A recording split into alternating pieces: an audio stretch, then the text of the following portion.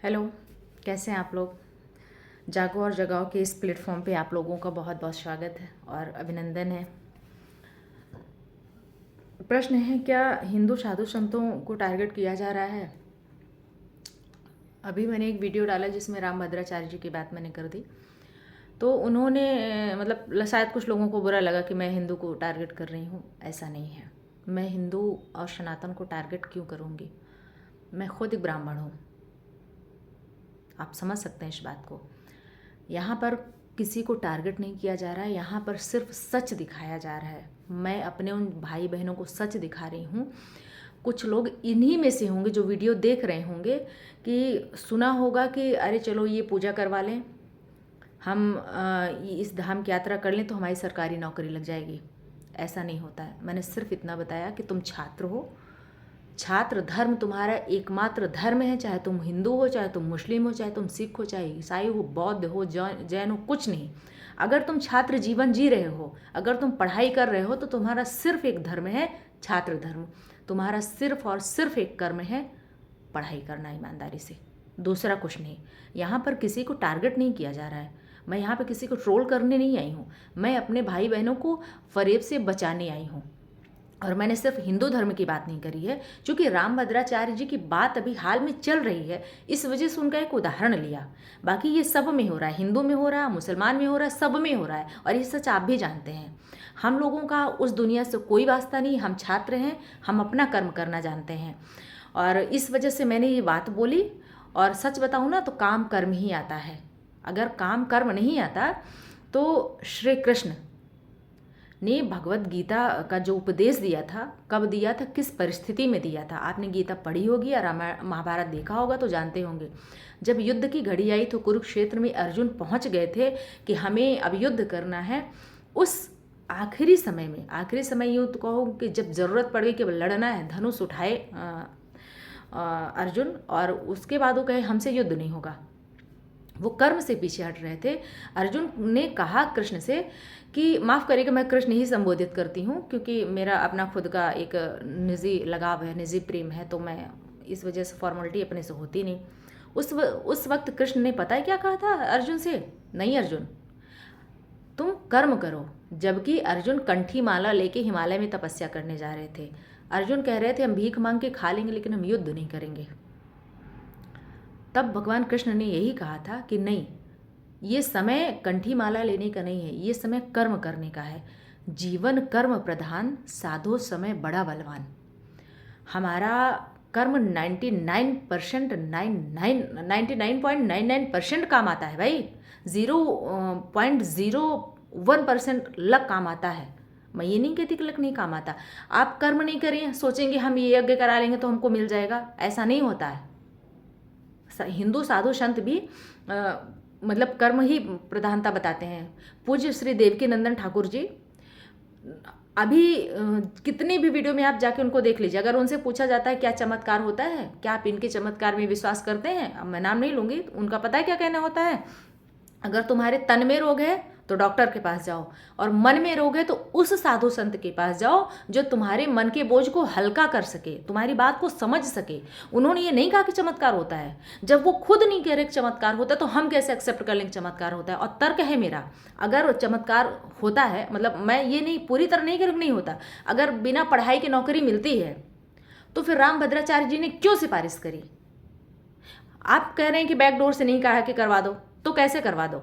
अगर बैकडोर से नहीं कहा है कि मेरे शिष्य को समीक्षा अधिकारी बनवा दो, तो अपने शिष्य से कहते हैं ना कि तुम पढ़ो, तुम बन जाओ। और ये बात उनको पब्लिकली करने की क्या ज़रूरत थी।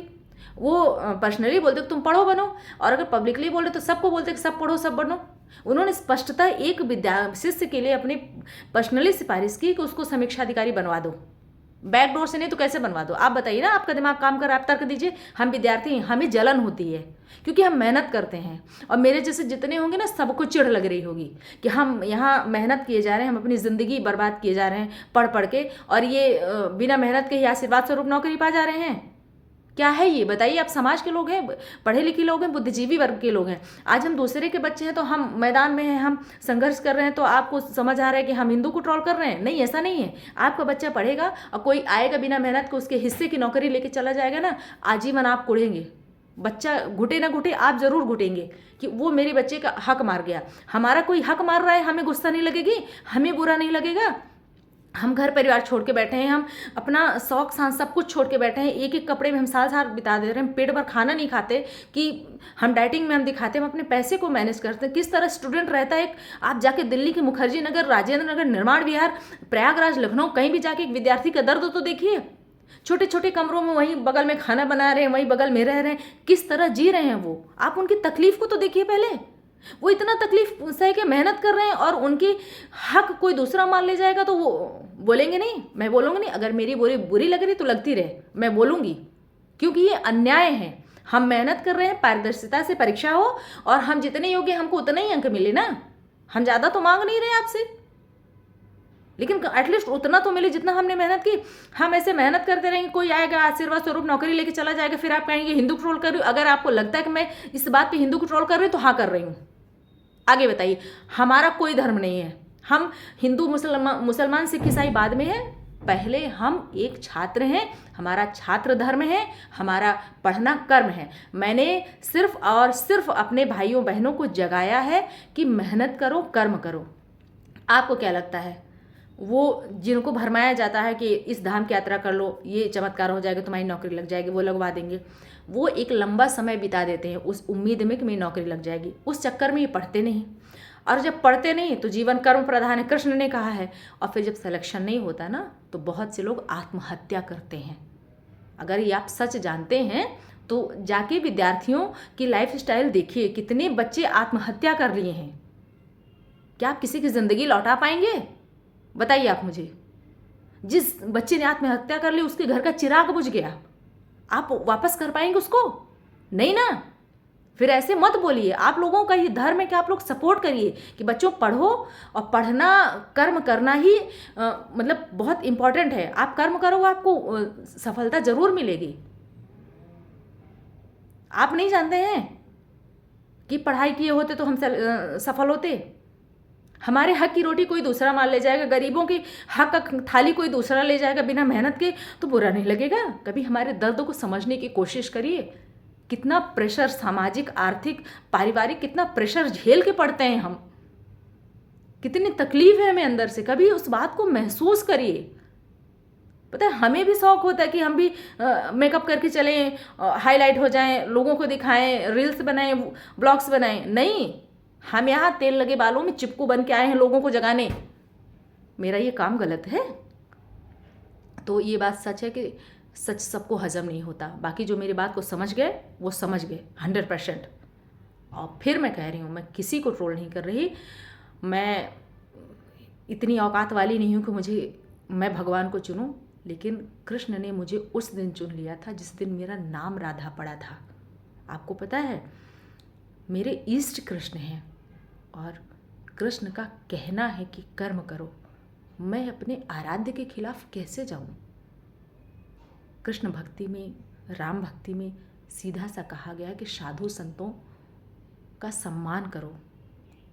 उन्होंने कहा साधु संतों का सम्मान करो, व्यापारियों का नहीं।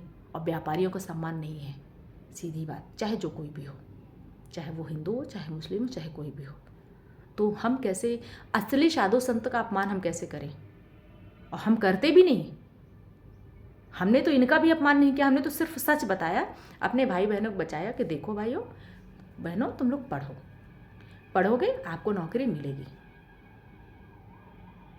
बेवजह में आप चले आते हैं कि हिंदू धर्म को टारगेट कर रही है। मैं हिंदू धर्म को क्यों टारगेट करूँगी? मैं खुद एक ब्राह्मण हूँ, मैं खुद एक सनातनी हूँ, मैं खुद गुरु परंपरा को मानती हूँ, मैं गुरु दीक्षित हूँ।